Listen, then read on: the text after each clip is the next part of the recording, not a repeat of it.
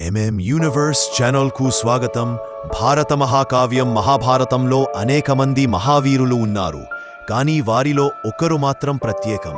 16 ఏళ్ల వయసులోనే అమరత్వం పొందిన అర్జునుని కుమారుడు అభిమన్యుడు. అర్జునుడు సుభద్రల పుత్రుడు. గర్భంలో ఉన్నప్పుడే కృష్ణుడు సుభద్రకు చక్రవ్యూహం రహస్యం చెబుతుండగా విన్నాడు. అతను విన్నది మాత్రం అర్ధాంతరంగా మాత్రమే. లోపలికి ఎలా వెళ్లాలో తెలుసుకున్నాడు, కాని బయటకు ఎలా రావాలో తెలియదు.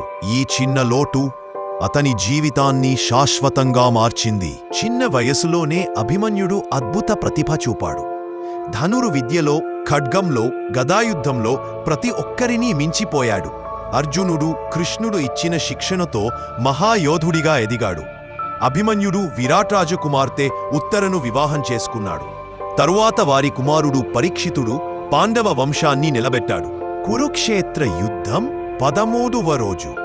ద్రోణుడు నాయకత్వంలో కౌరవులు నిర్మించిన చక్రవ్యూహం. అర్జునుడు అక్కడ లేడు. పాండవులకు దాన్ని విరిచే మార్గం తెలియదు. అప్పుడు అభిమన్యుడు ముందుకు వచ్చాడు. నాకు లోపలికి వెళ్లడం తెలుసు, బయటకు రాలేకపోయినా ధర్మ కోసం పోరాడతాను. అభిమన్యుడు సింహంలా రథం దూసుకెళ్లాడు. ఒకరి తరువాత ఒకరిని కూల్చేశాడు. ద్రోణుడు, కర్ణుడు, అశ్వత్థామ, కృపాచార్యుడు, శకుని అందరినీ ఎదుర్కొన్నాడు. అతని వీరత్వం చూసి కౌరవ సైన్యం వణికిపోయింది. కౌరవులు గ్రహించారు, ఒక్కరితో ఒకరు పోరాడితే అభిమన్యుడిని ఓడించలేము. అందుకే వారు యుద్ధధర్మాన్ని అతిక్రమించారు. 6 మహాయోధులు కలిసి దాడి చేశారు.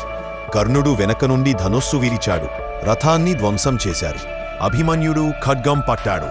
తరువాత విరిగిన రథచక్రాన్ని కూడా ఆయుధంగా వాడాడు. కాని చివరికి దుశ్శాసనుడి కుమారుడు వెనక నుండి గదాతో దెబ్బకొట్టి ఆ వీరుడిని కూల్చేశాడు.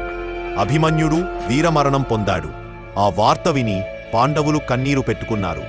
అర్జునుడు ప్రతిజ్ఞ చేశాడు, రేపు సూర్యాస్తమయంలోపు జయద్రథుడిని చంపకపోతే నేనే అగ్నిలో దూకుతాను. అభిమన్యుడు కేవలం 16 ఏళ్ల వయసులోనే అమరుడయ్యాడు. అతని ధైర్యం, అతని త్యాగం యుగయుగాల పాటు స్ఫూర్తి. చరిత్ర చెబుతుంది, ధర్మం కోసం పోరాడితే వయస్సు కాదు, ధైర్యమే చిరస్థాయి. ఇలాంటి చారిత్రక కథలు మరిన్ని వినాలంటే యూనివర్స్ ఛానల్ను సబ్స్క్రైబ్ చేయండి. మన కుటుంబంలో చేరండి.